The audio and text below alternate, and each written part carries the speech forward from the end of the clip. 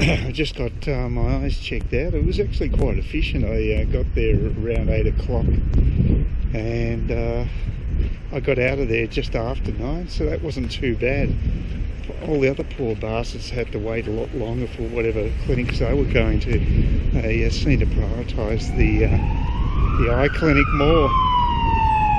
But yeah, you can see the weather's changed remarkably. It's very sunny now, and I can't see too well because I've still got these eye drops in, so I've got all my medical stuff sorted out, so that's good. Now I've just got to try to get down to Australia Post and get see if I can locate the stuff that was sent to me from the AAT. Don't like my luck. So at least I can do my shopping at the same time.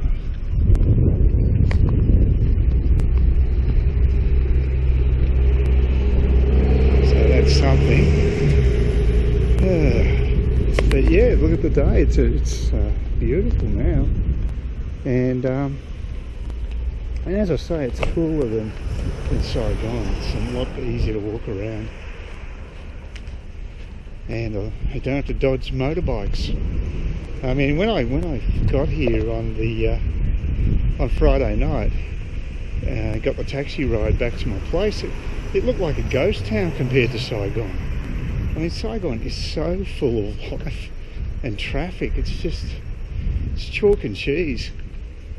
It's a nice change to come back to sort of a Sleepy Hollow type atmosphere, I guess. And so living permanently over there may not be such a great thing.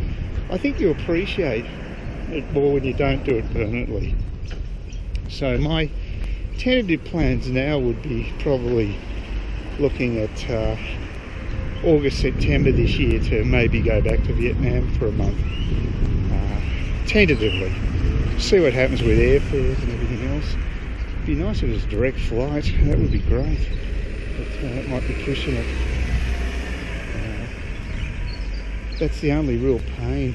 Even if, like I said, if there's a flight from Denpasar directly to Saigon with, say, Vietjet, that'd help. But unless that occurs, I'm basically going to be doing what I've been doing, and that's flying down to Sydney or Melbourne and getting a direct flight that way. It just makes it a little easier. It's a lot longer in the plane, but if I'm drugged out, look, it felt like a 2.5 hour flight from Saigon to Sydney because the knockout pills did their job, and I woke up about 2.5 hours out of Sydney. That wasn't too bad.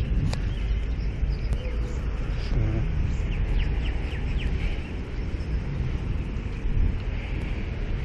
yeah, I was really feeling game I could get the electric scooter and take it down to the post office, but I don't know if I feel that going on. The other thing is I don't think the batteries are charged, so that's a nice old building. That's a school, the old school. It looks really quite nice architecture. When it was built in the 50s or earlier. I like it though, it's good.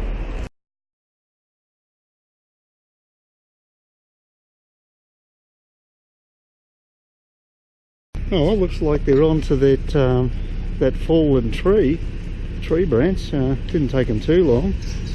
That was only about an hour and a half ago. And got a crew down there cleaning it up now. There you go. These are my new shoes. I bought cheap shoes from Spend Less Shoes.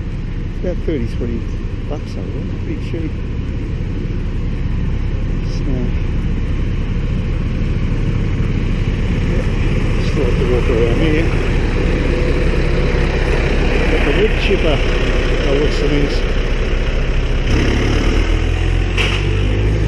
There you go.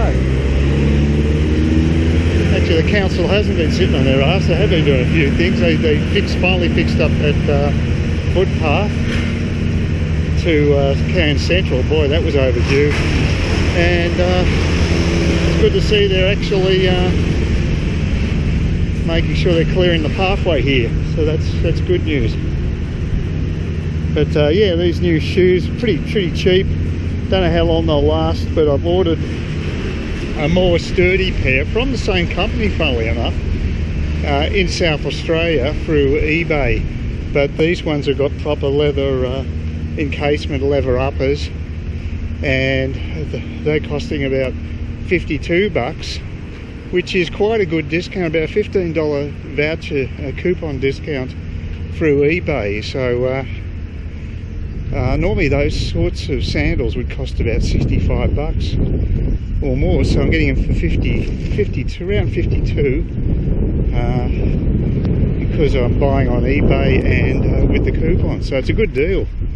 So at least now I've got a pair of cheap sort of sandals that'll tide me over for the week or two that it takes to have the other ones delivered. So, but it's just funny how the other sandals I bought, one pair I've had for well in excess of a year, just they've had the same problem. There's basically the flap that goes under the sandal itself just seems to have come up in exactly the same spot in both sandals, even though one pair of sandals has had over a year's use and the other one's only had several weeks. It's just interesting, but I might be able to glue that back on and have to that way save any labour involved. So I'll just see if there's some sort of a shoe glue I can use, because I don't think it's a great deal of force is put on them. You've just got to basically tidy it up and make sure it's secure. So that might work while I clean up the strap before I do it. So I'll give it a go. Worth a try anyway. Otherwise I have to wait till I'm back in Vietnam to get them repaired properly. Maybe some Airbnb people leaving. Who knows? Well, they may not be. They might be like me. They might live here. But hard to tell. Yeah. Gonna head off to the post office, which has been relocated to Westcourt, so it's about a kilometre up the road. So I would think it's a little further than what the current one was in the city. So I don't know why they've changed the collection place, but Australia Post in its wisdom have decided to put us into a different area of the city, not the central area, which I don't know if that's necessarily a smart move, but anyway, means I've got to go up Mulgrave Road for about a kilometre to get to the supermarket and also the Australia Post. So at least I can do some supermarket shopping while I'm there, so it's not a total waste. Might as well get it all out of the way in the morning and have the rest of the week free. Should be good. And I'll check out Woolworths tomorrow, maybe. So I haven't even gone there yet. Just see if they've got specials on that the others don't. Oh yeah, I tried the Coles spaghetti, and it was very thin, extremely thin last night, and I think I'd prefer a thicker version. So the generic Woolworths is fine and even cheaper, but they don't always have stock, of course. More council work here, of course, at the footpath. A lot of supplies here. I was expecting to do a fair bit of it. Well, that was a total waste of a journey. Well, not a total waste. I did some supermarket shopping, but the customer service here is pretty ordinary compared to the city. There's no one on checkouts. There's a couple of women, but gee, you had to wait a long time to get through your checkout. So it's pretty ordinary compared to the customer service you get in Central. And of course I was supposed to pick up an item that they said would, the last day was the day I actually came back up from overseas, so I thought I'd get, on the off chance I'd come back today and just make sure they hadn't sent it back, but they had, of course. So Australia Post were efficient, but not so Centrelink, absolute cretins. I told them I was going to be overseas, totally ignored it. The information, I knew they got that information, but they decided to totally ignore it, and they've sent three pieces of correspondence to me while I was overseas, and it's all been returned. The cretins. Absolute idiots. This is government incompetence at its highest level. So supposed to have a AAT hearing on the 24th, and that's 9 days time. If they don't get this material to me in the interim, won't be able to proceed. Please consider subscribing to my channel if you think there's anything there of use to you, or entertainment or whatever. And either do that or give me a thumbs up, or if you're feeling really energetic, do both. That'd be great. But please don't ignore me. That's the worst thing you can do on YouTube, is be ignored.